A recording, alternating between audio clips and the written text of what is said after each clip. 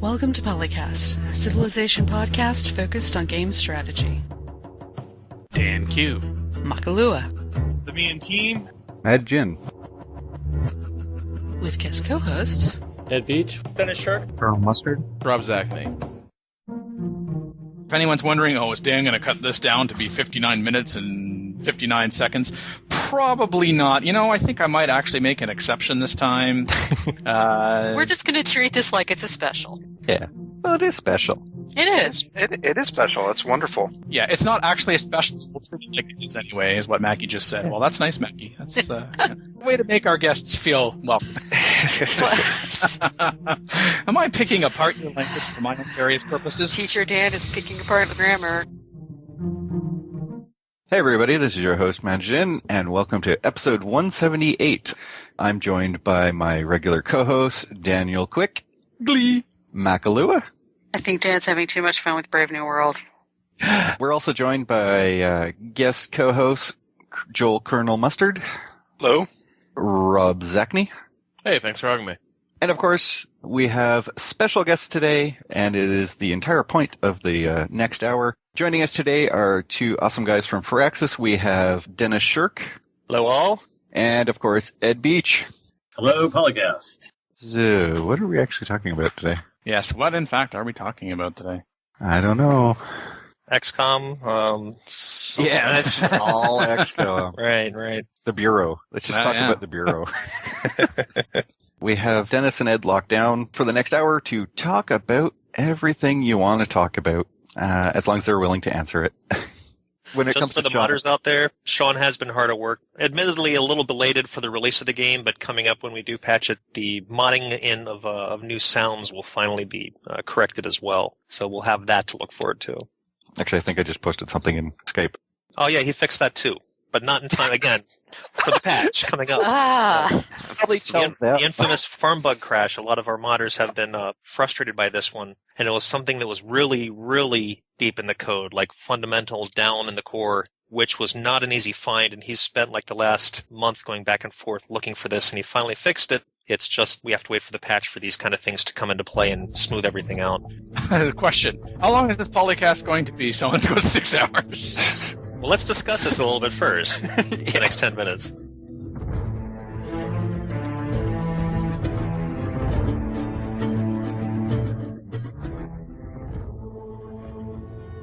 You're going to use your catchphrase, right, Dennis? Which catchphrase is that? Settle down. Yes, you guys need to settle down. Inside joke.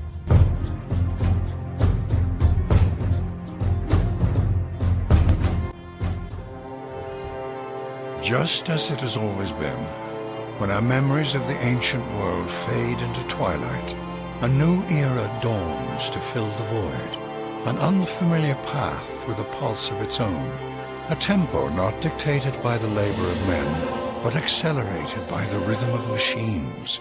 On to a question now. Was emailed to us from Sal Serio, also known as Thorburn, a past guest on the show.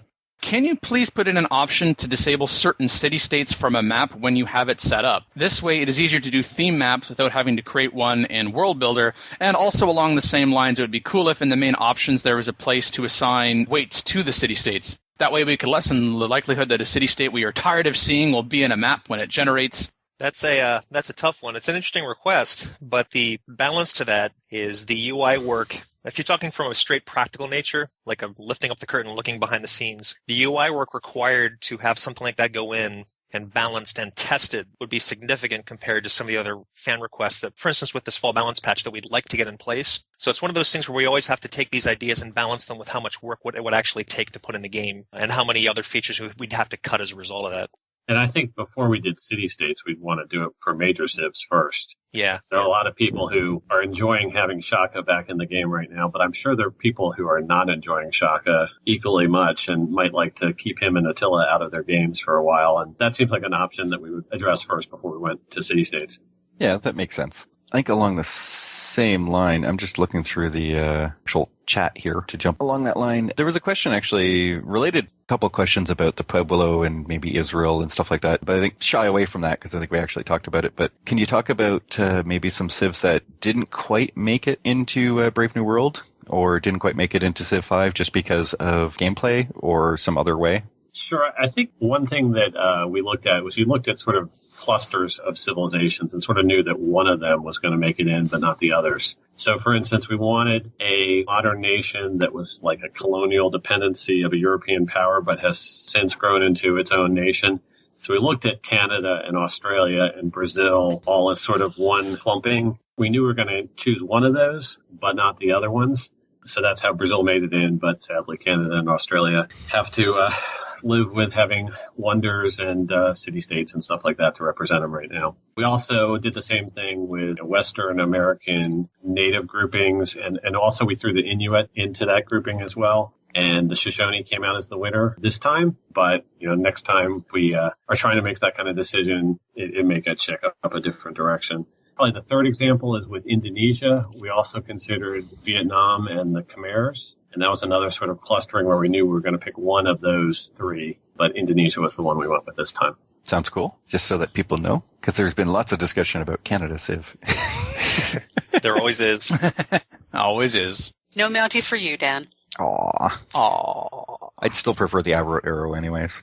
Orcus King asked, what is everyone's favorite new Civ? So, of course, we're assuming it's not just necessarily new to you, but I guess your favorite civilization that Brave New World introduced. Well, I've always been a builder, so this is kind of an expansion that's like right up my alley. I don't think I've ever played a full-out domination victory just because I've always been a builder. But through development, it was sitting on Morocco for a very long time. I switched to Brazil just because Brazil fit my playstyle better. I love playing the culture victory. Their traits just blow everything else away. If you're going for a culture victory and you want a little bit of an easier time with that, Brazil is just the way to go. And likewise, if you're playing against Brazil trying for a culture victory, if Brazil's in the game, it's going to make your life really difficult, but fun Civ to play. I might jump in and pick Morocco. I think one thing that's been underestimated with Morocco and Brazil is how perfectly they work to fill in areas of the map that no one else likes to settle. So the two areas that no one else likes to settle are the jungle and the deserts. And what I love about playing those civs is there's not that early pressure to expand because you know that the areas that you really like are going to be sitting there waiting even in the mid-game. No one will have settled there. And then you can just go in and say, wow, here's a great desert. I'm going to settle there and make it mine. And so I've definitely enjoyed that sort of stealth feature that's sort of built into their play style that no one else wants that land. So you just can go and grab it. General question here that came in before the chat. It was initially from Morning Com and then appended to by Sean Colorado, which is what went into choosing the leaders for the particular civilizations, and also how did you decide on what the unique units were going to be, the unique buildings, etc.? So I guess was there some sort of formula or checklist or combination of the two? It's a combination of many, many, many things. A lot of it comes down to, especially for this particular expansion, what are the fans actually looking for? What are the ones that they've been asking for the whole time that haven't been in there? So we had a few that were like that. There's a few that we really wanted to pick that would really take advantage of the new gameplay systems. Brazil was one of those because this was going to be a big year in Brazil. It ended up being a big year for different reasons than what we thought it would be, but still it served a lot of the new mechanics that we wanted, especially with the tourism system, or Portugal that really would flesh out all the European civs, big trading civ. And then there's always going to be a few that just internally our team members really, really wanted to see. But beyond that, for choosing leaders, etc., we have a bunch of people in the office, including the writer on up, that all go through different leaders to see what kind of personalities would be really interesting, people that had really interesting stories, not necessarily if they were the powerful leader of their time, but if they just had a really cool backstory, it could add a really cool personality to the game. Maria 1 I've seen come up a lot for Portugal, saying, well, this other person would have been a lot better. Maria's story was a real tragedy. You just read down through what her life was like, what her reign was like when she got offloaded to Brazil and actually put Brazil on good footing for the future. But she had a really interesting story, and because she was going slightly crazy at the end of her life, she also could have a lot of really interesting personality come into the game. So there's a lot of different things that go into choosing which leaders go in which slots in the game. There was a big article that most people have probably found on the internet that explained this in a lot of detail. But one thing that didn't get mentioned there is we try to pick unique buildings and unique improvements that cover ground that we haven't been on before.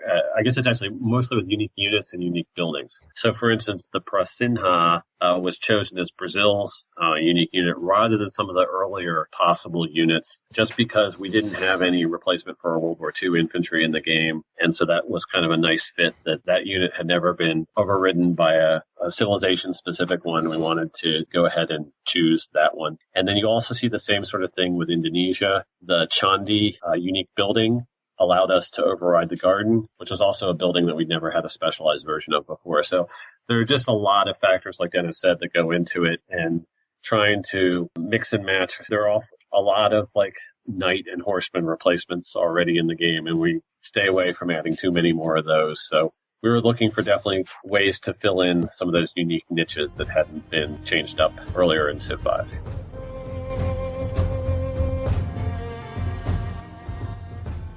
Launching the world into an age of bold innovation. From this cauldron of steel and sweat, a vision of prosperity emerged. Harnessing the untold power of the elements, turning night into day. Creating new designs that brought the world stage to the masses. And providing an experience that many had never imagined. Kaiko, did you consider altering unit maintenance costs early in the game, i.e. that early free Great General from Honor costs money? Early game gold costs are ouch. Well, early game gold costs are ouch on purpose because we wanted people to understand the importance and the trade-offs of the caravan and trade route system. And if you don't make getting gold out of those caravan routes a priority, then they all get turned internally into food and production routes. And that's sort of a balance problem in and of itself. So, it's something that we are aware of, that it was a different world here with this, the next expansion, coming out. We had to make adjustments on the AI side as well. So the AI knew how to play the new gold game. And I think we're at the point where we're going to keep looking at it, but I don't think dropping unit maintenance costs is a likely, candidate right now. Basically, if you reduce maintenance costs or basically reduce costs of other things, then you're effectively adding more gold back in the game. And then there's less balance in the game because you have to do the trade-offs. Because if I was able to field an army and not use trade routes for external stuff, i.e. just use it all internally, I'd be able to do a crazy amount of stuff with that I wouldn't normally have been able to do before this point, which kind of burns it out. Agreed. This is totally new systems, and there's a lot of new features and things that we're going to have to learn. We're going to have to figure out how it goes with our strategies, and maybe the way that we like to start will be a little different. Maybe some things will be changed based on the new mechanics available in the new game. Email question, which was, in regards to pursuing a science victory with Venice, how do you recommend balancing the production of two primary great people when a single city can effectively manage one? He says you would definitely have to produce multiples of Venice's unique unit to acquire more puppets, which provides more science, but where you would then produce a great scientist. He suggests that one solution could be a faith ramp and adopt a tree that allows the purchasing of great scientists with faith. Of course, the appropriate late-game ideology would have to be the one that allows the purchase of spaceship parts with gold. Sounds like he's already well on the way to having this all figured out. I was going to say, he's been playing a little bit, apparently. Yes, I've been playing a little bit of venison. Gold's not a problem. No, that's the great thing with Venice. We wanted Venice to be one of those things where you buy what you want. If you're still alive and you've managed to survive to the middle of the game, you get what you want. You field an army quickly. You can buy the army instantly if you want. You can field whatever culture buddings you want to if you want to actually pursue a culture victory. They have the money to do all of that. They're very dangerous once their money train starts rolling. Oh, definitely. Especially if they happen to accidentally go autocracy, get Big Ben, and go commerce. Oh, yes. Venice is different than other civs, and one of the fun parts about learning to play Venice is just figuring out how to differently tailor your game towards what they can and can't do. It's not like the other goals that you may have in the game. I know a lot of people do love their, set strategy, and they try and do that with every single civ, barely tailoring it. But especially with Venice and some of the other new civs, you have to actually stop doing that and try and play differently to get them up to the same level. It adds a lot of different complexity. Especially if you are super focused on Merchants of Venice, then you're definitely going to fall behind on producing great scientists. So in that case, you have to adjust and adapt how you're going to get that science if you're not going to be running all great scientists.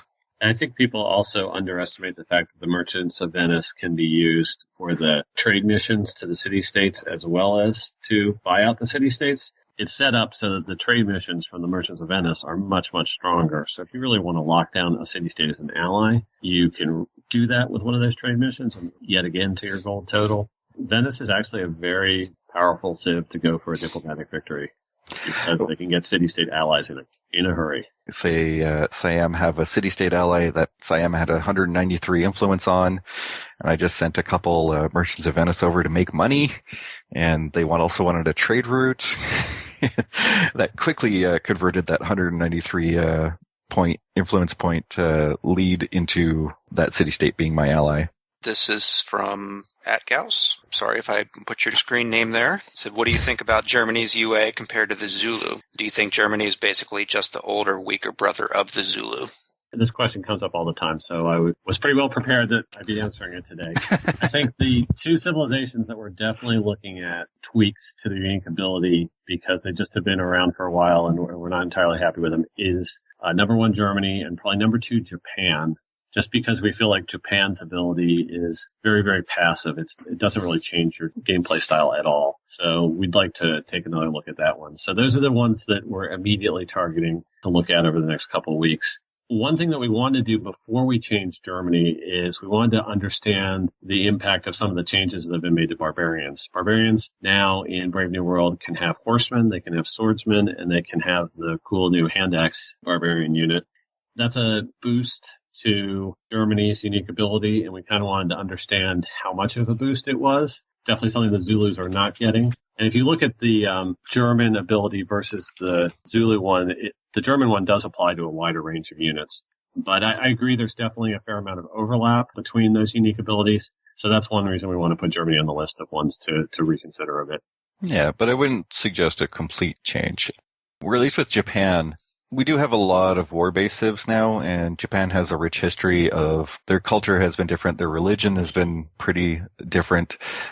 So between Gods and Kings and Brave New World, there's lots of mechanics. Could easily see them completely rechanged to get away from the necessarily war focus, but feed back into some of that historical culture and other sides of things that they have going.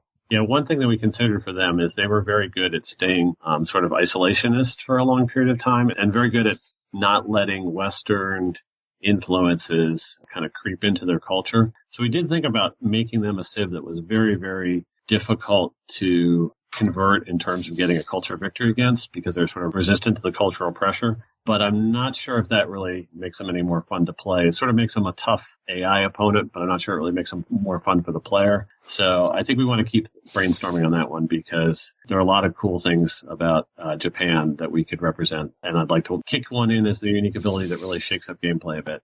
Nothing is ever written in stone. Things can change.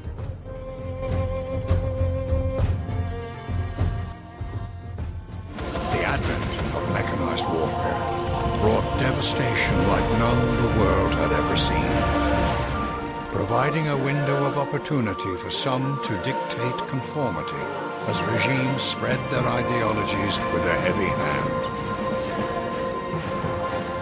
inciting the world to the brink of war. Kevin Lancaster, or Kevin LNCSTR, I'm assuming, without the vowels there. Does the AI consider trade routes before declaring war? It absolutely does. It's probably the main new factor that's gone into war declarations is looking at how many trade routes are active with a player. So there's been some thought, and people have been able to do it somewhat successfully, but not entirely successfully, that if you think someone is going to war with you, you could send some of your trade units there and try to sway them. The big danger with that is if you do declare war, all those trade units are lost. And so that is probably not really a good approach, but I know some people in our playtesting group have tried those things. Yeah, I think on the AI's declaration of war side, if they're sending you a bunch of trade routes, they're definitely a little bit more reticent about declaring war because that's basically killing off all of their own trade routes and having to rebuild them all from scratch versus waiting to move those trade routes first before declaring war. And they should. I've learned that lesson. Yeah. Hi, I'm playing Venice. I've got 8 trade routes into you. Oh, wait, let's declare war. Oh, no. Whoops. So if we're not going to be dumb enough to do it, the AI shouldn't be either. Unless, of course, there's strategic value in doing it. From Sevaword, why don't caravan trade route lengths scale with the size of the map? That was something that we asked our playtesters whether they needed to, and we looked at it several times. So this is all your fault, Matt. It's your fault. You jerked it, so we can't have fun. It's possible that we should add a factor like that. I think that's something that we'll definitely look at for balance testing. It's already come up in discussions this week as to whether or not we need to look at that again. So, you can't blame me for this one because I know that we have people who play entirely on huge maps, and they've never complained about it. Huge map community of playtesters that we need to pin this one on. But yeah, they've been asked about it again this week, and they have very little inclination to go ahead and change it. So we'll look at it again, but I'm not sure it's really the big problem that people are into. It fits historically as well. Just because the map's huge doesn't mean that England early in their life cycle, was able to trade all the way around the planet. It took time to ramp that up, and we have those ramp ups in the tech tree for distance.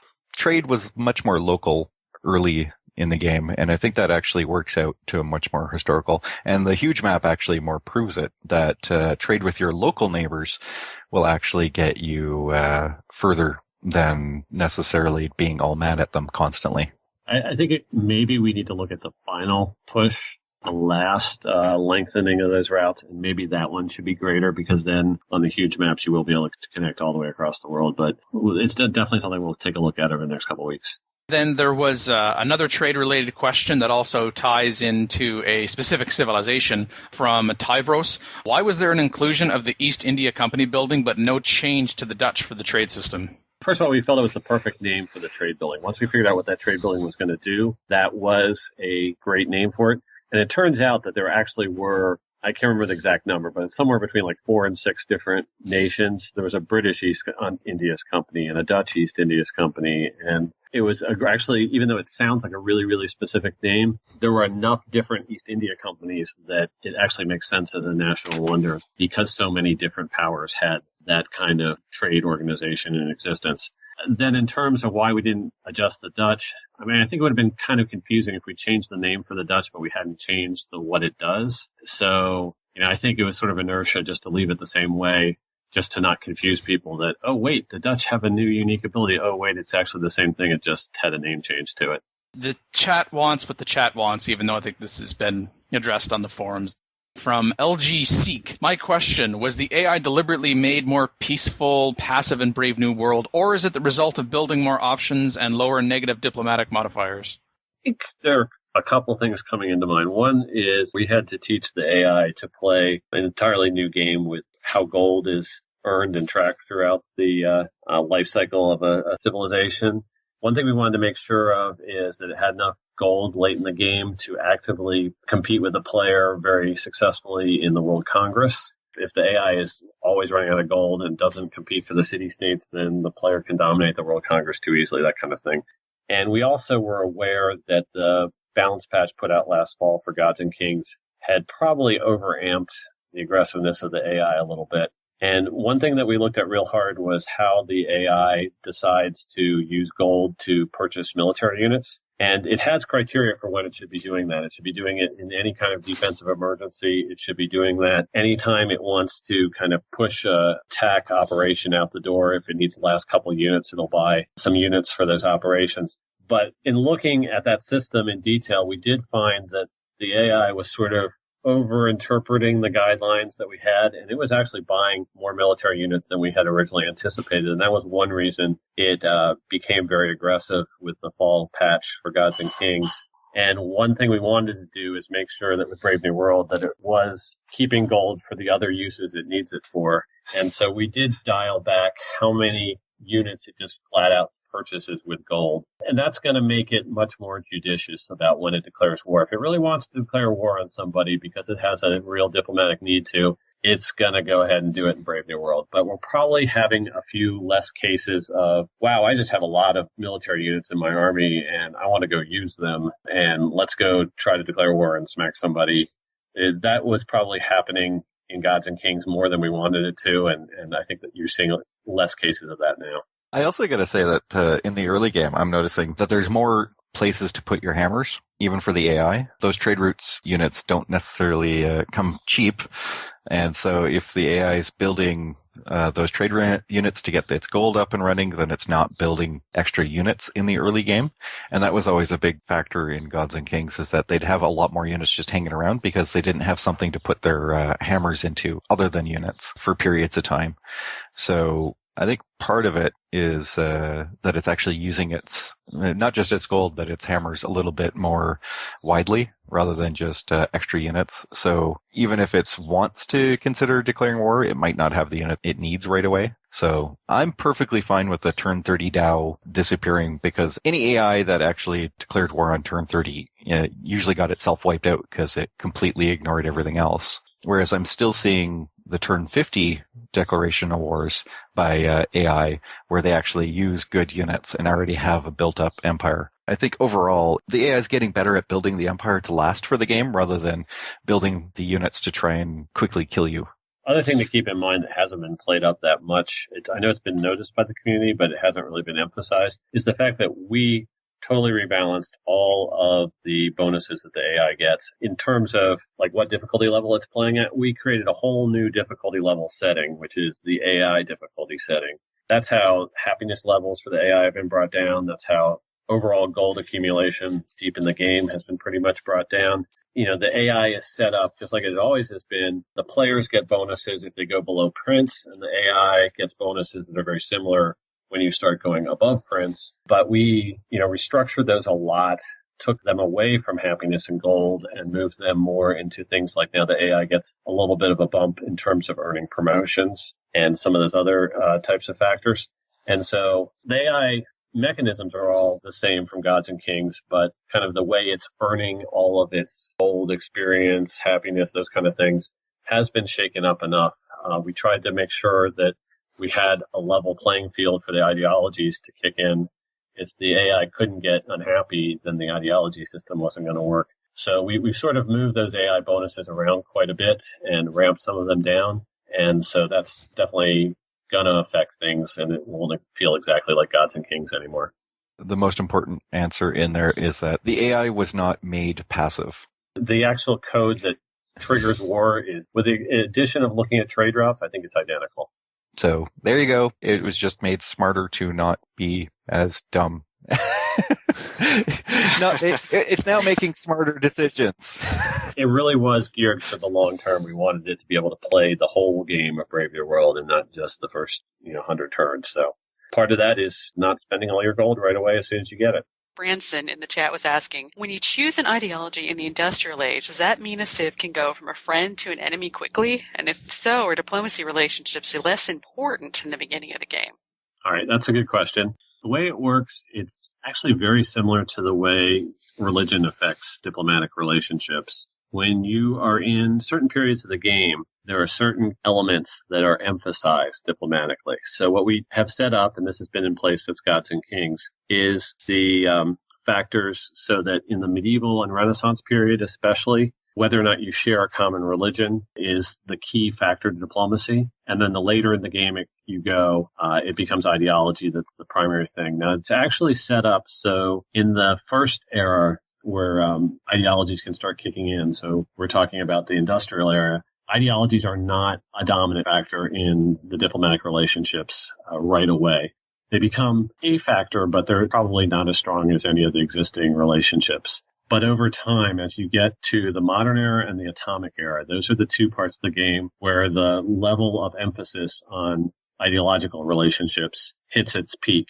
And that's when all of a sudden, the world's probably going to divide up into three camps. If you've had a long relationship with somebody, you can still have a very fruitful relationship, even if you have different ideologies. But if you're sort of on neutral grounds, then that ideology difference is probably going to kick you over into more hostile type of relationships. So look for it, especially in the modern and atomic eras. When you actually get to the information age, we back it down a little bit, so it's not quite as critical. So we sort of want that era of the World Wars and the Cold War to have that feel to it, but then actually back off in a little bit right at the very end of the game if you get a game that goes that far.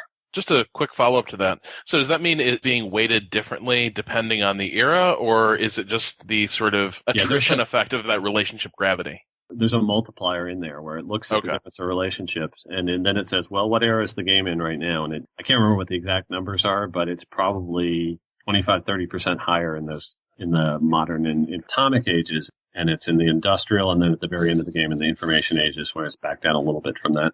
Recent question from MorningCom in the chat. Do civs have ideological preferences? For example, does Germany ever go order or freedom? They do not. You also notice that no civ has a unique ability that ties it to a specific ideology. We wanted those to form organically based on the situation in the game. The AI there is an interesting set of views into kind of the current state of the game. It also looks at your empire and things like, if you notice, the 3 different ideologies have different types of buildings that give them happiness. So, for instance, autocracy gets happiness from lots of walls around your cities and barracks and those types of buildings, whereas freedom gets a lot of happiness from the money-making gold stock exchanges and banks. And so when the AI is trying to make its ideology decision, there are a bunch of factors that go into it. And part of it is what's been built into my cities. It's also looks at the other players in the game that it's had positive relationships with. If those civs have already adopted an ideology, that will steer it towards following them into that ideology. Part of it's also how it thinks it might be able to achieve a victory and which ideologies are good for that victory type. And once it's sort of mashed through all that data, then it finally comes out and picks an ideology. And we didn't want that to be skewed by yet another factor, which would be some kind of historical factor that ties the civ in a certain direction. And civ is kind of alternate universes anyway, so. Right, and we're definitely playing that up here.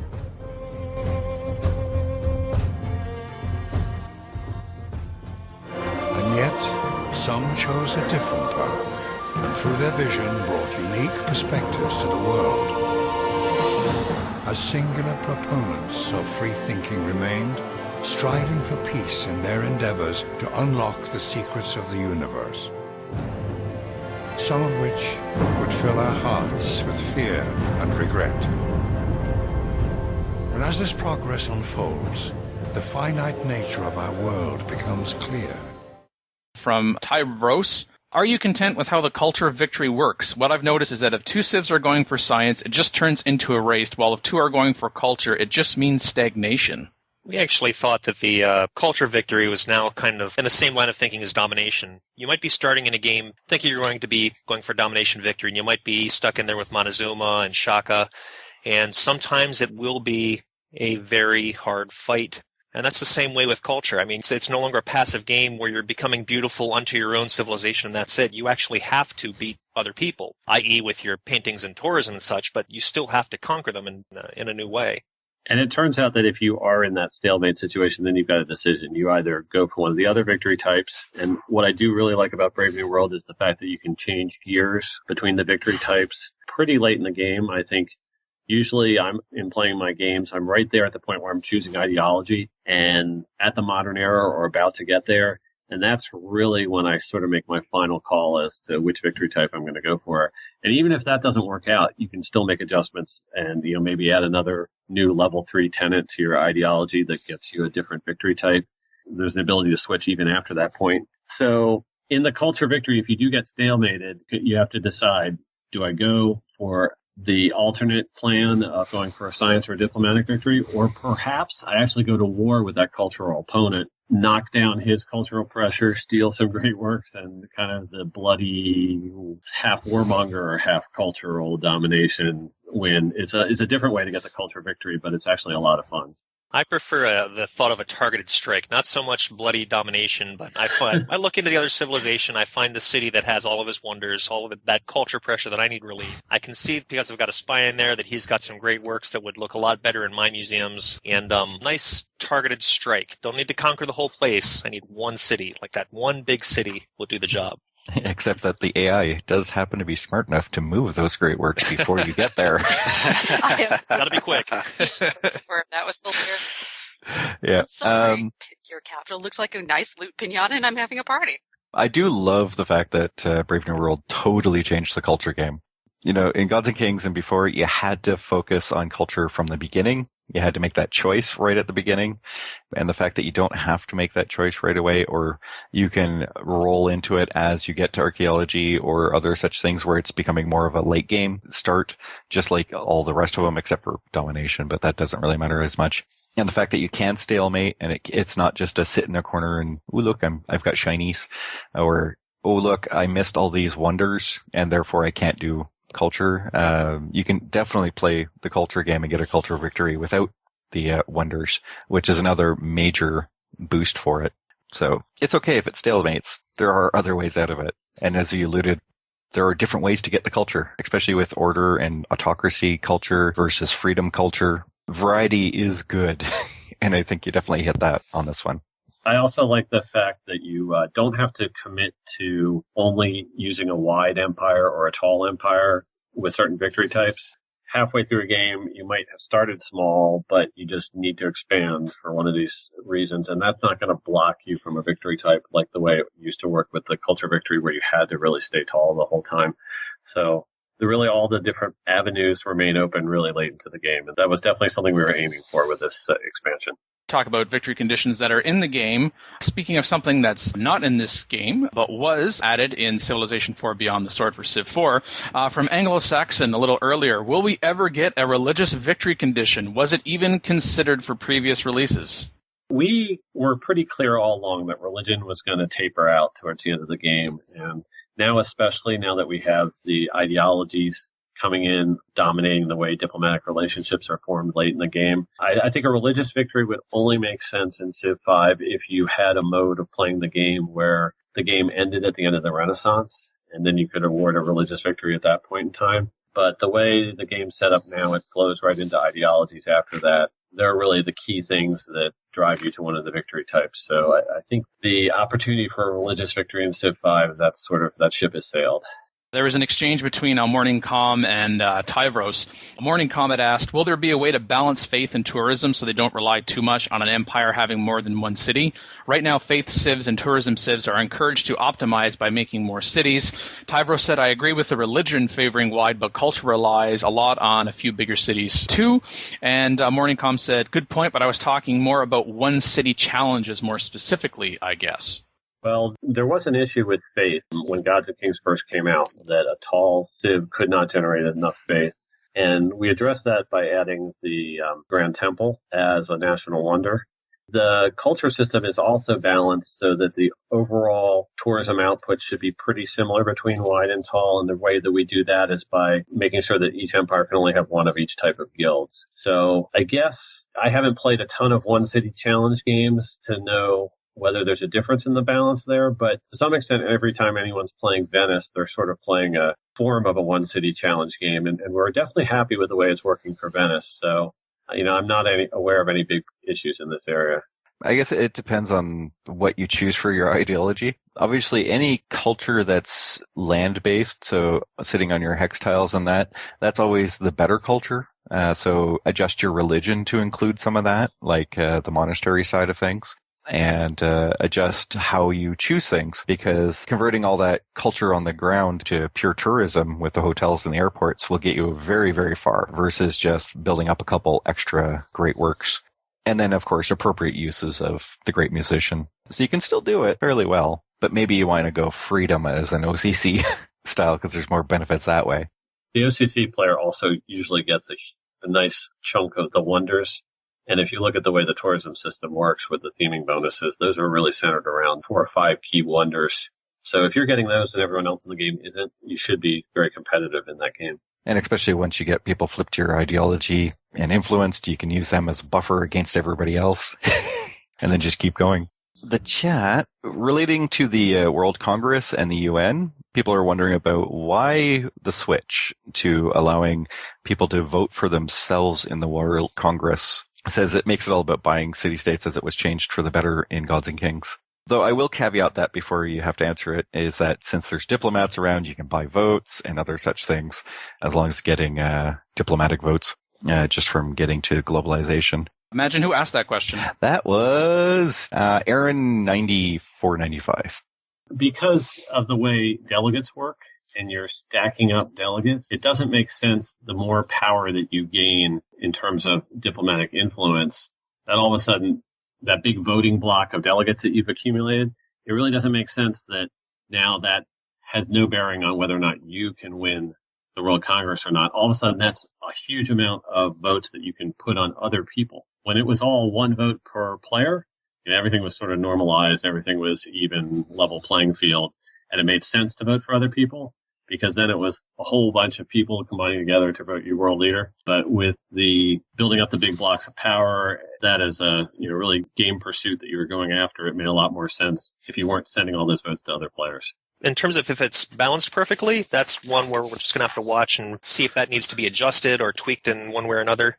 Yeah, I would definitely say, at least for games that I've played, if I've built up 40 delegates and I only need 37 to win, why am I handing off all those delegates to somebody else? Especially if no one else on the planet can vote me to win. You go through this weird exercise of spreading those votes out onto all the other players to make sure nobody got enough votes. Or if you had to vote as one big block, then you would be just awarding the game to somebody else. So it just doesn't make sense with the idea of building up delegates and building up support. Basically, we wanted you to build up delegates because we wanted you to be engaged with the World Congress over many, many eras, and things like becoming the host and those votes for a world leader that don't succeed in electing a world leader. The top 2 vote getters do get extra delegates in the future, so there's a way to build up your diplomatic capital as you engage with the World Congress more and more. So with that approach, it didn't make sense for you to be giving out your votes to everyone else at the end.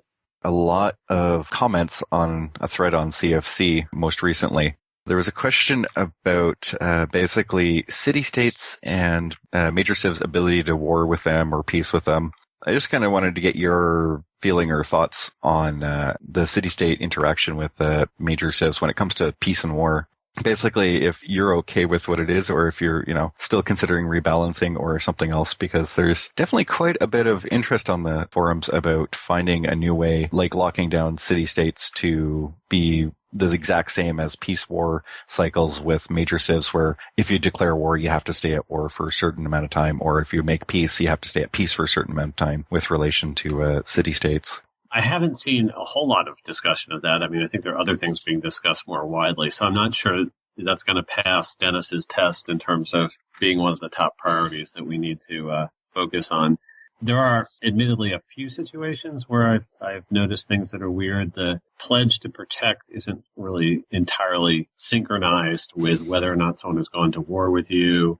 I had a game recently where I was playing as Assyria, and the Vatican City was my good ally, and I had just locked them down, but I had forgotten to pledge to protect on them, and wham, America made a major attack on them. And America's actually my ally, but they had no idea that I really wanted to keep them out of there. So I agree there are a few inconsistencies there, but I think the system works most of the time, and so I'm not sure whether trying to close up those loopholes is top priority or not.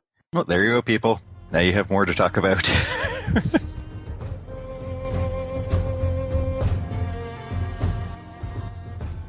Our survival, the survival of all the world's peoples, depends on our ability to coexist in peace. But this peace is tenuous.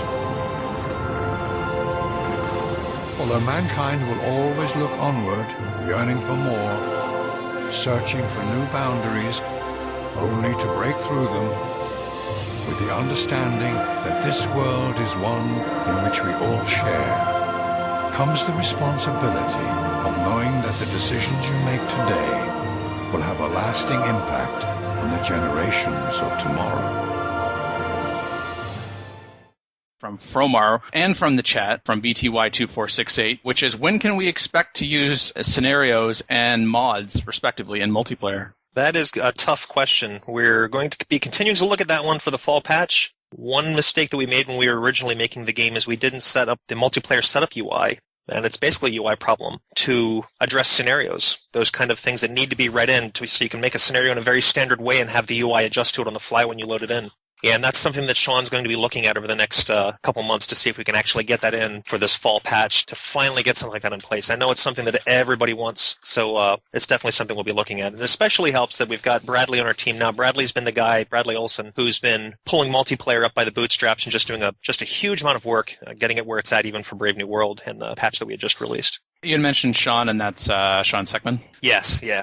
Yeah, he's the guy that's keeping our modding tools up to par, things like that. In case nobody knew, we had posted a new SDK beta to the forums that has the new update of the world builder, the source code for Brave New World, et cetera, et cetera. So feel free to stop by one of those threads and give feedback, especially on world builder. We've had some strange compatibility issues with that, especially with Windows 8 that we're trying to work through. This came from Morning Com. Were you tempted to add random events to the game in a manner similar to that used in Beyond the Sword? And was there a plan to implement random events in a different way beyond city-state requests? The temptation is always there for random events because it always sounds like it would be fun. Wouldn't it be fun if we had a volcano pop out, that kind of thing. But one of the things that Ed's always been very clear about, I happen to agree with him, is that while random events on a big scale would be a lot of fun for a certain group of people, it hurts a little bit for people that are really big planners and builders that need to have consistency and count on rules working a certain way when you add in that much randomness to it outside of like the quest system, things like that. So that's one of the things that we've leaned away from during Civ 5 is to make sure we don't have too much of that going on. Yes, because having your empire randomly get shafted by something that you can't control is Shaka definitely was standing for. Well, Shaka's there. That's good. Same for ideology-based unhappiness. That's good because it's a rule set that provides for ways to counter it.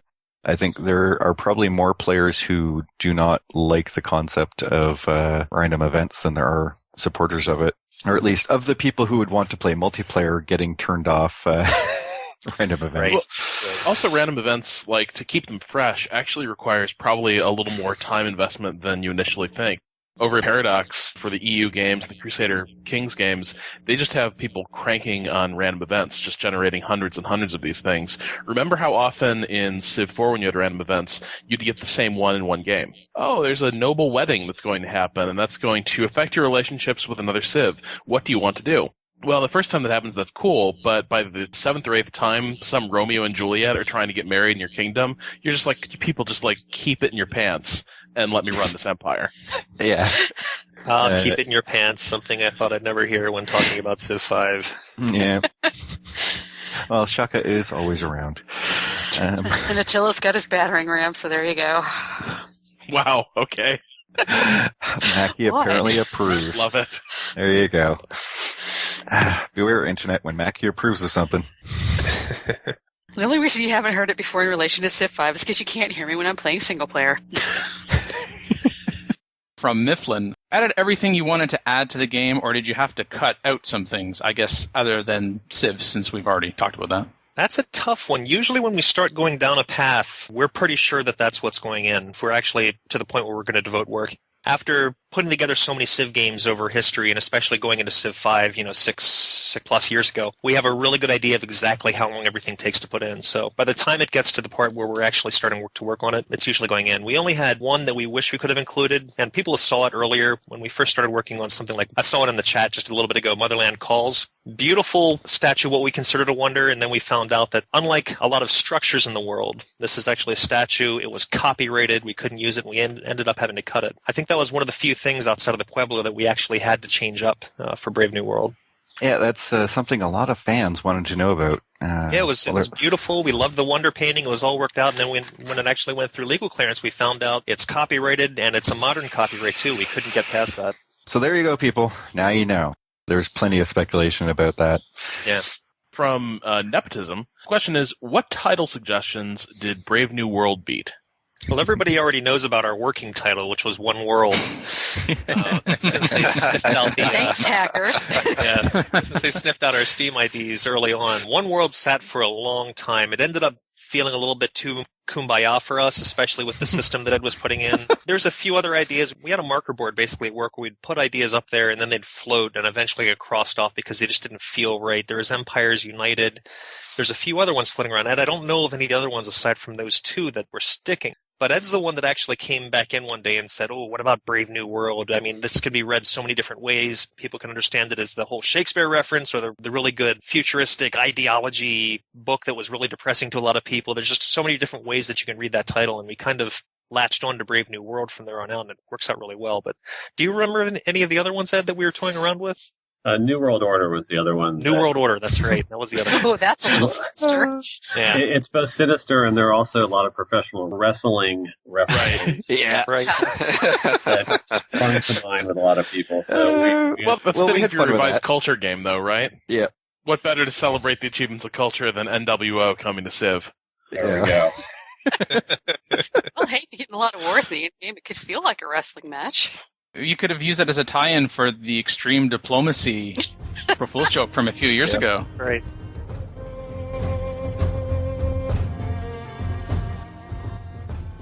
This is from Galactic Hunter on the 2K forums. What is next for Civ 5? That is, will there be another expansion, minor downloadable content, scenarios, etc.? I think that'll be a very quick and short answer. Yeah, we can't talk about that. Love it. I'm sure you've read 1,000 times in past interviews, if you're following the interviews, that we kind of approached Brave New World to really wrap up the series. But that being said, we've got a really, really engaged and active fan base. So we do have stuff coming up this fall. We've already talked about the fall balance patch that we're going to release. We might have some cool stuff coming along with that for the ride, but nothing that's announced that we're talking about yet. What I'm hearing is the time is ripe for Alpha Centauri 2. It is. Is that how you deciphered that one? No, it can't be Alpha Centauri. It has to be Centauri Beta. Yeah, I think EA just knocked on my door and they said I'm not allowed to talk. Yes. The other thing I wanted to say, Dan, before we left is I'm sort of a closet PolyCast freak. I think over the last 2 years, I've listened to every single episode of PolyCast that you guys have had. So I don't know whether that's weird or stalkerish or anything like that, but I'm just very happy to actually have been on PolyCast just because I feel like it's been a really good way. If I don't have time to go through all the posts on the forum, but I want to kind of get a sense of what the community is thinking, it's been a really easy way to kind of keep up with what the hot topics are. So I just wanted to thank you guys for doing this. It's actually been very, very helpful to us at Firaxis. Yeah, I've only met you face-to-face, I think, one time, Dan, when you came to the studio looking at CivRev. But it's always awesome taking part in these and listening to them as they come out. I'm with Ed. I love listening to the PolyCast because it kind of gets down to the root of what fans are usually, if they're having a problem with something or if there's something that needs to be adjusted, you guys are probably most likely talking about it. So it's just been fantastic over the years. I was not expecting that. I'm most appreciative of that on behalf of myself and Mackie and Magin and Phil and all of our guests, which of course include Rob and Joel, for coming onto the show. As for it being weird or stalkerish, Ed, it's not mutually exclusive, it's all good. You can be a weird stalker if you want. Absolutely. You just got a massive Diplo bonus with Dan. Nice and bright green. I also want to give one other shout out just because we have a few of the Frankenstein guys on the call right now. Frankenstein, the guys that are helping us out with this, that do this thankless job of just constantly playing a broken, busted build, for 50% of the time while we're developing this game. The game could not be as good as it is without you guys giving constant feedback, because otherwise we'd be working inside of a black box, not sure what we're releasing. We do our best to create this great game, and we do our best to balance it, and we do our best to put in these great ideas, but it's not until you guys get your hands on it that really helps us to shape this thing, that really makes the game as nice as it is when it comes out. So continuing kudos to the Frankenstein guys for really making this all it could be. Hey, no problem. It's what we do. Although I guess that actually ties into a slight thread that showed up on the CFC forums at one point. People are all like, we want to be part of Frankenstein. And then they started wondering that it was all just top-level elite players being in there. But I think the Frankenstein group is a nice cross-section of all the different groups, including modders and multiplayer people and people of all different difficulty levels, where they get deep into it or just happen to play it passively. So the Civ community should definitely be thanking Dennis for continuing to build that up and supporting that style of beta testing, because at least from my perspective from the inside, it's done a lot for the community. Definitely. It's great to have that direct line to the community. I do remember coming to the old Firaxis studio now to see a Civilization Revolution, and so hopefully there'll be a time in the future that I'll be able to see the new office, other than the Rev 3 video, which was pretty darn good tour, I have to say, and some pretty good hilarity as well. Actually, there we go. Ed or Dennis, were you one of the people we saw in the background for like a frame or two? I was, and nobody's recognized me, but if you go back through that video, you can see the back of my head on one of the shots. Going down the hall, the camera peers into an office. Look for an office with maps or map-related posters on the walls, and you might be able to figure out which one I'm in. Wait, you mean you didn't note down like the minute and second? No, I don't remember the Oh, well then. I guess since we only have you here for a brief moment, we do this thing called Turncast. Whether if you two want to... Yeah, actually, it's probably worth mentioning. That would be a lot of fun. I've even listened to Modcast, too. Oh, wow. And if you like PolyCast and Modcast, there is also Revcast, Civcast, and Turncast over at thepolycast.net. In fact, they never actually stop recording. They just stay on this line pretty much straight through the week and assemble these shows. Yeah, there you go. And just create a new one if it just doesn't fit with the other ones. So, Dennis or Ed, if you feel like joining us for some co-op, not necessarily tonight, but if for tonight, we play every Saturday. If you guys feel like joining us, because you have to come on the show before you're allowed to play. Right, nice. You were never allowed to play with us until you were actually on the show. Although in Dennis's case, he could because he's been on the show before. That's true. But Ed, we were going to allow you onto the show until today, so you've passed. All right, good. We're in. A pluses for both of you. Thanks much, guys. All right, we'll talk to you soon. Have a great rest of the show. The dawn of a brave new world is upon us. A world where creativity is born from culture. Where culture is molded by ideology. Where ideology is shaped by great thinkers and leaders. The expansion of an empire lies in more than mere conquest. Great triumphs await those who travel far to seek them, but the rewards of such journeys yield more than just simple resources. A civilization that thinks beyond its borders leaves an indelible impression upon others and shapes the world for generations to come. Sid Meier's Civilization 5, Brave New World. We go into the next portion of our show. First, just to you, Joel, it's been a few years since you've been on PolyCast, but along with Magin and myself, you were part of the Frankenstein group that Dennis referred to a little earlier. So welcome back to the show. Thank you. We were talking to, again, that was Ed Beach and Dennis Shirk from Firaxis Games. With regards to Civilization 5, Brave New World, the lead designer and lead producer, respectively, Rob, there have been some reviews for Brave New World from both critics and fans alike. Not to say that fans aren't critics, but, you know, those people who are in the games industry, they're freelance writers, they're staff writers for major gaming websites, and the reviews have been generally positive. I don't like to talk about averages necessarily because averages can get skewed, even if there's one or two. I think a median is always a better measure, but looking at scores right now in the 80th and 90th percentiles for the most part, particularly I like this from GameSpot. Brave New World taps into some of the darkest chapters of the long and storied history of our species, but presents them with respect, reverence, and a distinct sense of optimism for our uncertain future. Or something more general like Metro Game Central said, an impressive, ambitious expansion that greatly improves on some of the original's failings, offering new ways to play while still remaining accessible and fun. There was also someone who wrote, quote, "This is the most fun I've had with Civilization since Civ 4 and the best late game since Civ 2. Brave New World is the rare case of a title delivering exactly what it promises." Does anyone recognize those words? God, what a schmuck. Actually, I think that was 3. What, I don't know. Did someone write that sentence for a gaming site recently, giving Civ 5 Brave New World a 94%? I don't know. That may have been me. So tell us, not to put you on the spot, but I'm going to do that anyway.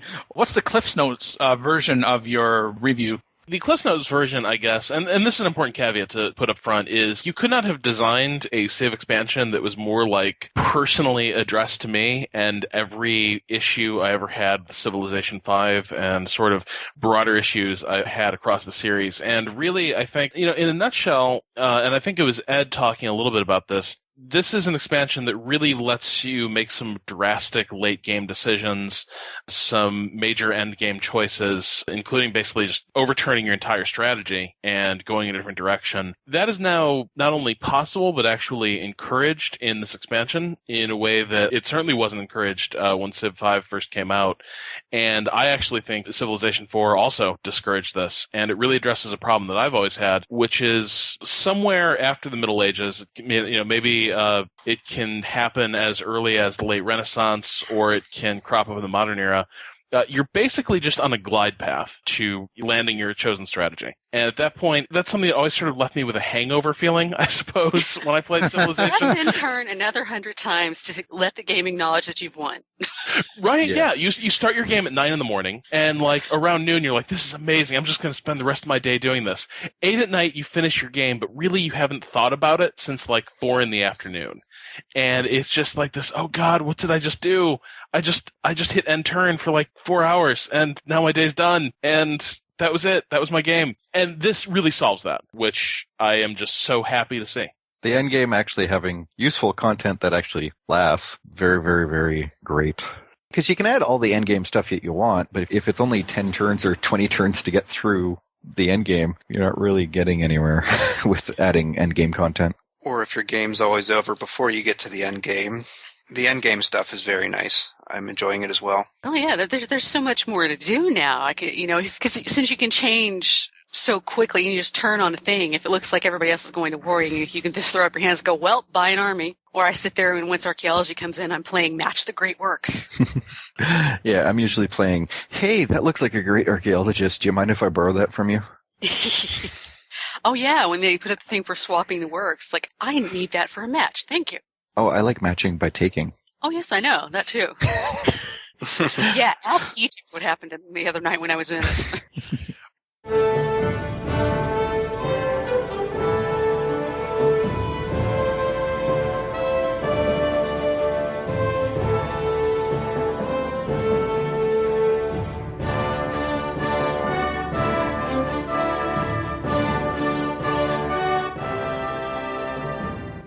Well, that's something else, too, is just talking about the archaeological game that's going on here. It sort of fits in with a lot of other things that are going on in Brave New World, which is just everything is much more interactive between the players in Brave New World. It sort of felt like in Vanilla Civ 5, and I would say even like Civilization 4 too, had a little bit of this, where people were following different strategies, and really, they were only tangentially related to each other. There wasn't necessarily a huge amount of interaction between players. If that guy's going for a science victory and you're going for a diplomatic victory, your real only interest in what he's up to is just making sure that he's not going to beat you to the punch. That's your main concern. Aside from that, you're not too interested in what everyone is up to. And here, it sort of feels like there's, to borrow a term from sort of my board gaming group, there's much more screw your neighbor. There's more ways to sort of jam something into the spokes and overturn their strategy. There's more opportunities to sort of go forth and steal a benefit from them that maybe they don't want to give up. And like the archaeologist, for instance, where you send those guys sailing around the world, basically just pillaging the world's cultural history for your own purposes. That's really cool. Having something like that in place to, now I'm going for a culture victory, and by the way, I'm basically ripping off your national treasures. What are you going to do about it? That's really cool. Definitely love that. Although, my perspective is let the AI go archaeology, and I'll just take their archaeologists when they get there, because they'll show me exactly where those sites are. It's great. But, you have that. You have the World Congress. Love the World Congress for messing with other players. Enact a ban on a luxury that the AI has and you don't. Oh, that's not just that. It's like, oh, AI, you're going diplomacy. Yeah, how about let's just cancel your trade routes with everybody? That one, too. None for you. You just got embargoed, son. Or, oh, well, I can't hope to win the World Congress leadership right now, but yeah, the person who's the current lead, I don't really like anymore, so let's pick somebody who doesn't want to go diplomacy, and we'll give them the lead. They could be the leader. But even that, like, doing that requires so much backroom bargaining, really. Like, setting up those votes actually requires a ton of horse trading, and it really sort of stretches to the limit your capacity to either befriend city-states on short notice or buy off other leaders to sort of vote your interests. And those two things creates, like, this interesting, like, you can either spend the resources on yourself, your own power, or you can begin trying to manipulate the World Congress. It's a little trickier to do both because like these votes don't come for free, and so there's a lot more. You got to pick your battles with diplomacy, and there's a lot more of them than there ever were. Oh yeah. Well, it's also the thing, if you want to do that with the World Congress, then you have to give up your spies from being either tech thieves or from sitting there cooing those city-states, or at least rigging the elections. There's more choice, and the choice is good. There's more choice, there's more positives and negatives and things you have to weigh in. And this is the most fun part of a game release for me, is when you're figuring out how you want to approach every situation for the first time or the second time, figuring out how you want to move forward and the victory conditions you might go for or diplomacy. That's enjoyable.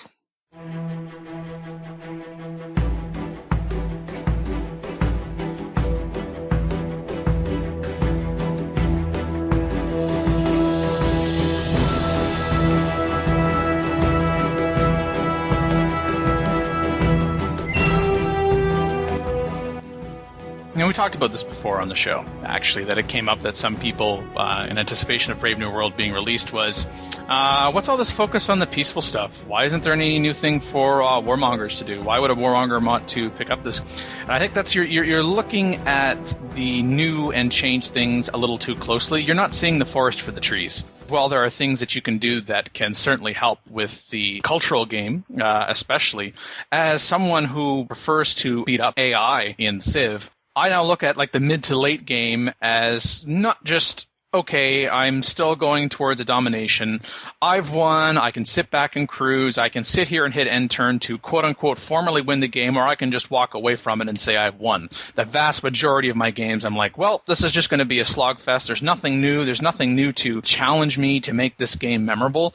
And the AI can throw curves a little later. Like, for example, World Congress start being maybe a little too aggressive, a little bit presumptuous with some of my demands and rejecting requests, and suddenly the World Congress is crushing my ability to manage my economy because, where did my trade routes go?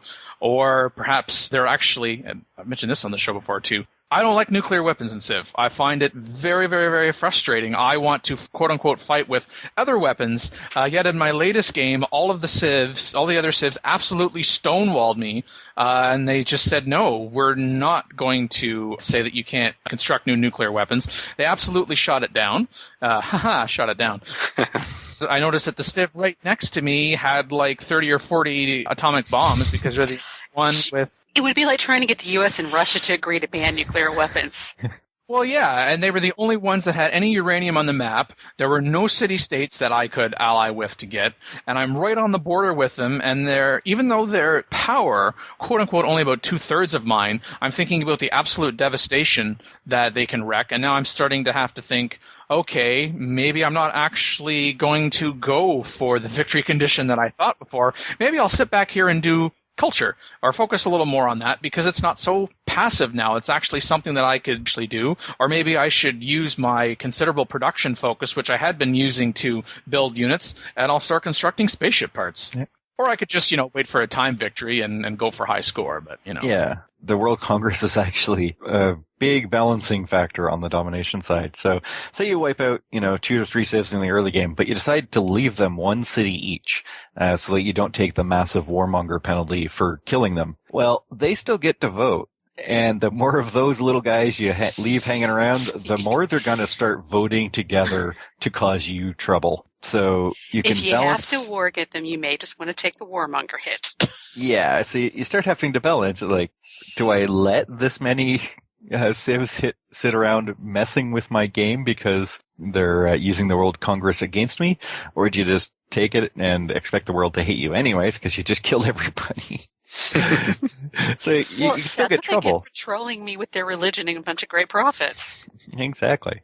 But it works the other way as well. Say you are going on domination and, you're focused on this AI because they're big, but there's another one over there that's heading towards another victory or is your next target in line. You can use the World Congress to start stabbing them a little bit to hurt their economy, to hurt them in other ways so that by the time you do get around to them, they're already hurt a little bit before you even start firing a shot.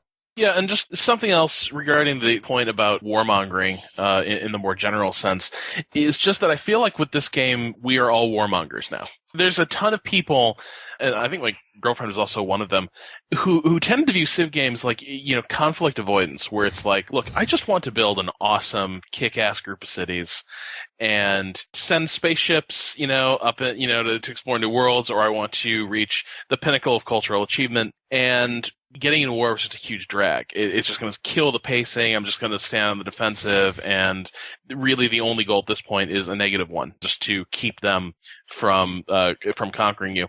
Here, there are so many more reasons, so many more good reasons to just haul off and go kill another player. And I really enjoy that. I enjoy looking at my little tourism versus other Civ culture map and just sort of studying that and thinking, mathematically, am I going to be able to overtake this other Civ with really strong culture, or do they just need to go?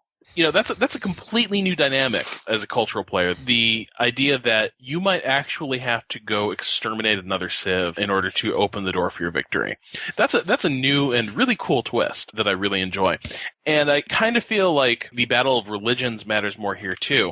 Another thing I love about Brave New World is it kind of takes things that I felt were like dangling threads in Gods and Kings and really puts them in a much more satisfying whole. Like now, the religious relationships in the game and the bonuses you can acquire and the way it affects diplomacy, all of that is so much more interesting in that if you're going for the culture victory, being co-religionists matters more.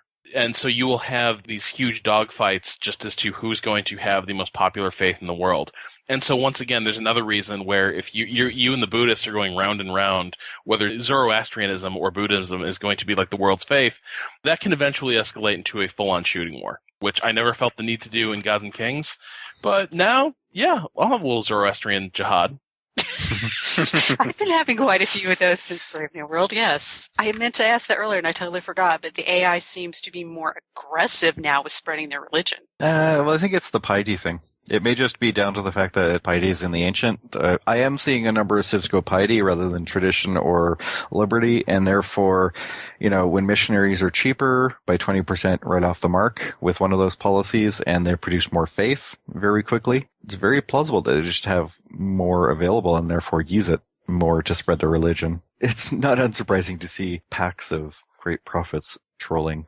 And then you specifically tell the AI, hey, could you lay off on the missionary action? And then a turn later, like a great prophet rolls up on your capital and the cradle of your religion and converts the entire thing. That is, I just love those moments where it's like, okay, so clearly this continent is only big enough for one faith. We've been good friends. We got a ton of trade routes, but I kind of need these religious bonuses in order to win the game. So sorry, Ethiopia, you gotta go. I think that's just the case anyways. They're always mean about their religion. I was getting along great with Askia the other night, then his great prophet started rolling up in my city. He was like, well, you're dead now. Yep. Actually, I had a game recently where the Huns decided to found a religion, but they got stuck on their own little island. And so they had a huge military and a huge amount of faith because they actually went a lot of faith stuff. But because they had their own little island away from the main continent, the main religious wars had already been finalized and so much faith had already been spent by the continental civs that by the time the Huns got astronomy, this wave of missionaries and prophets just started showing up onto the main continent. And it's like, well, now that you guys are done wasting all your stuff, it's my turn. And he just proceeded to try and convert the whole continent. They just collected missionaries for hundreds of years. Yep. It was interesting because it actually brings out an interesting point. If you're the last one to convert, that's all that matters. You're the one with the biggest target on your back, you're saying? Yeah. Yeah, you don't have to get into the early religion wars, but if you're the last one to do it, you're good.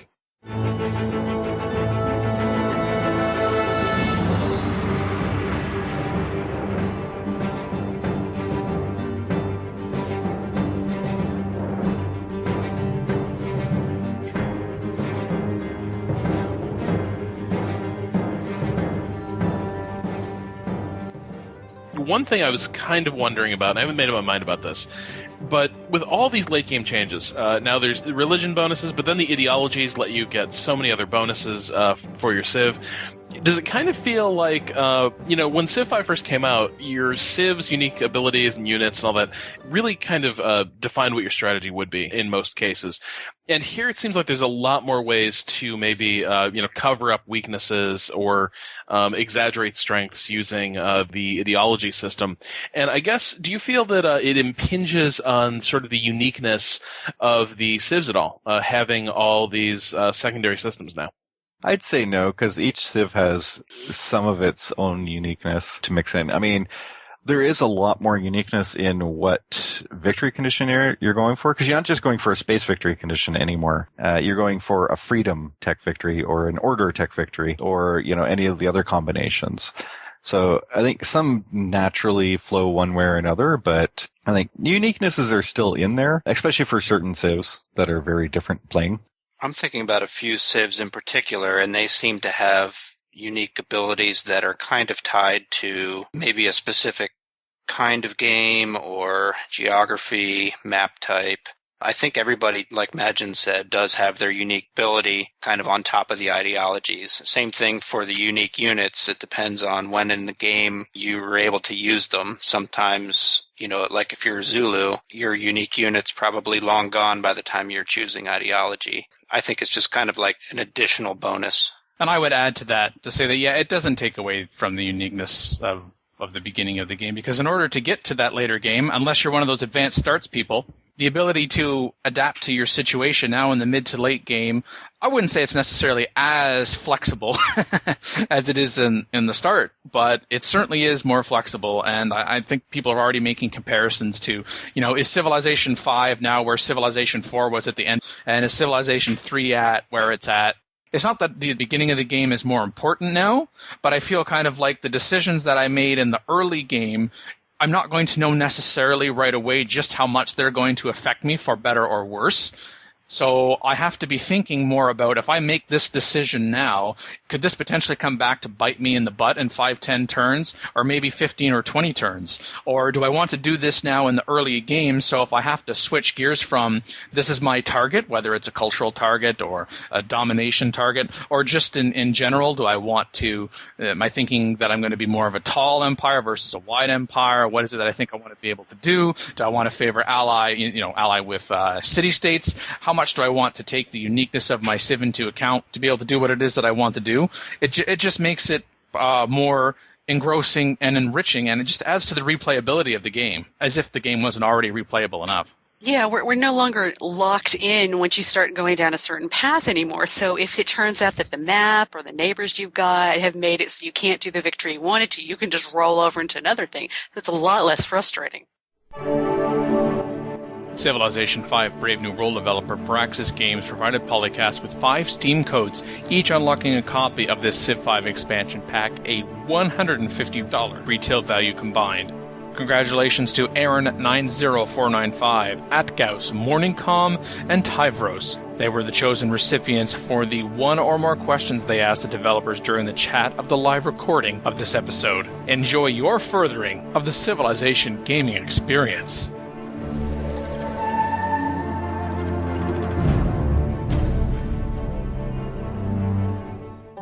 Call in today. In North America, the number is 301-637-7659. That's 301-637-POLY. In Europe, 44121-288-7659. That's 44121-288-POLY. The only thing worse than being talked about is not being talked about.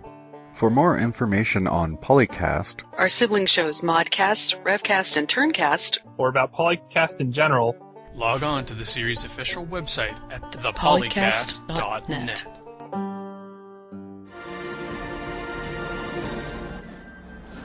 Certainly appreciated having Dennis and Ed here. I think that's a really nice opportunity for the community to get some answers to questions they have early on, and for us to kind of get into the ideas behind the people who put the game together. I think thanks for putting that together. Thanks for having me on, and keep up the good work. Yeah, just thanks for having me on, and I'll just say this about Brave New World. It's a really fantastic Civ expansion. I'm really enjoying it, but, it's no call to power 2. You meant that as a compliment, right? See you guys later.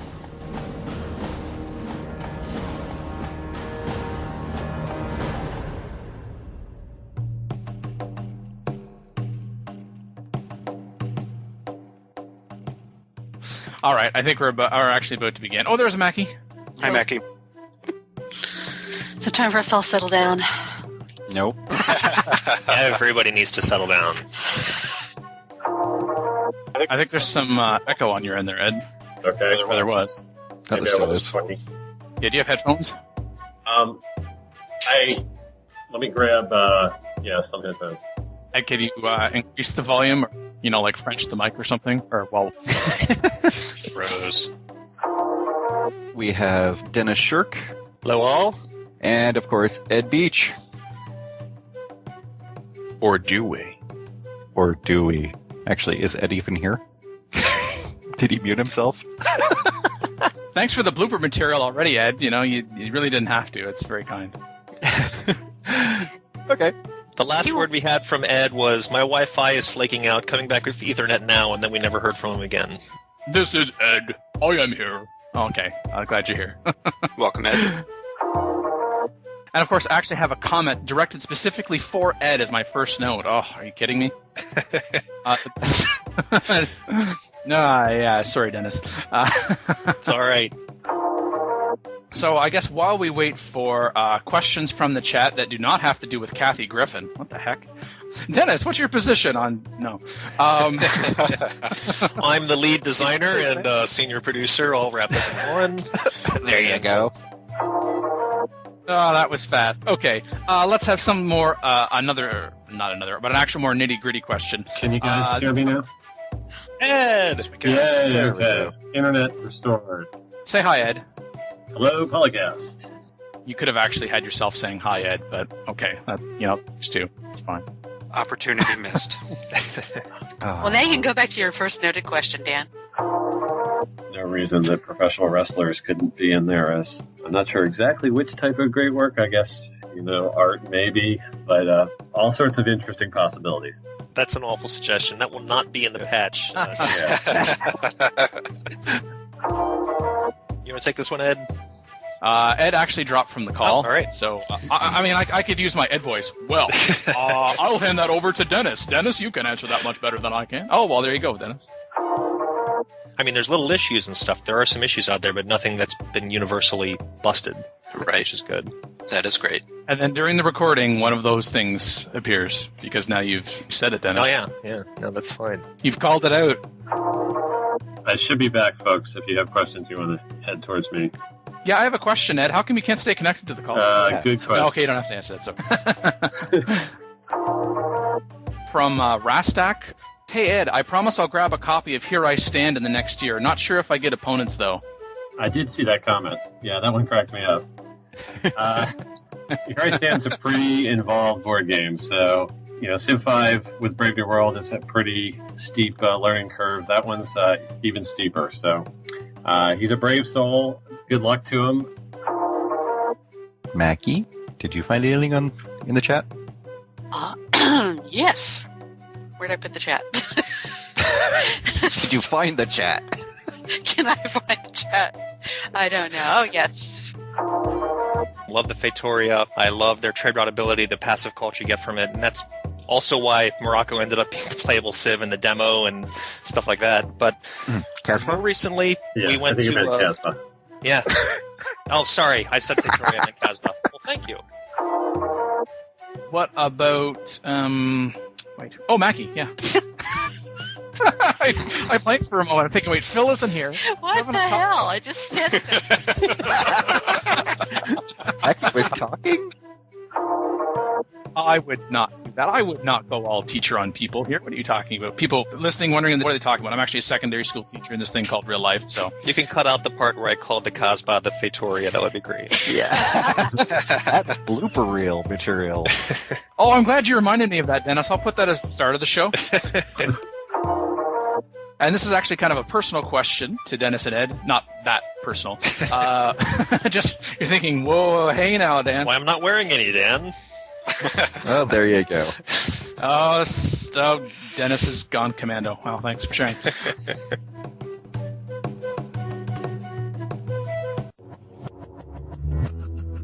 Record date July 13th, 2012.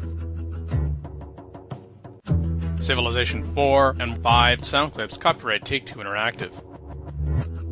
Copyright Civilized Communication at civcom.net.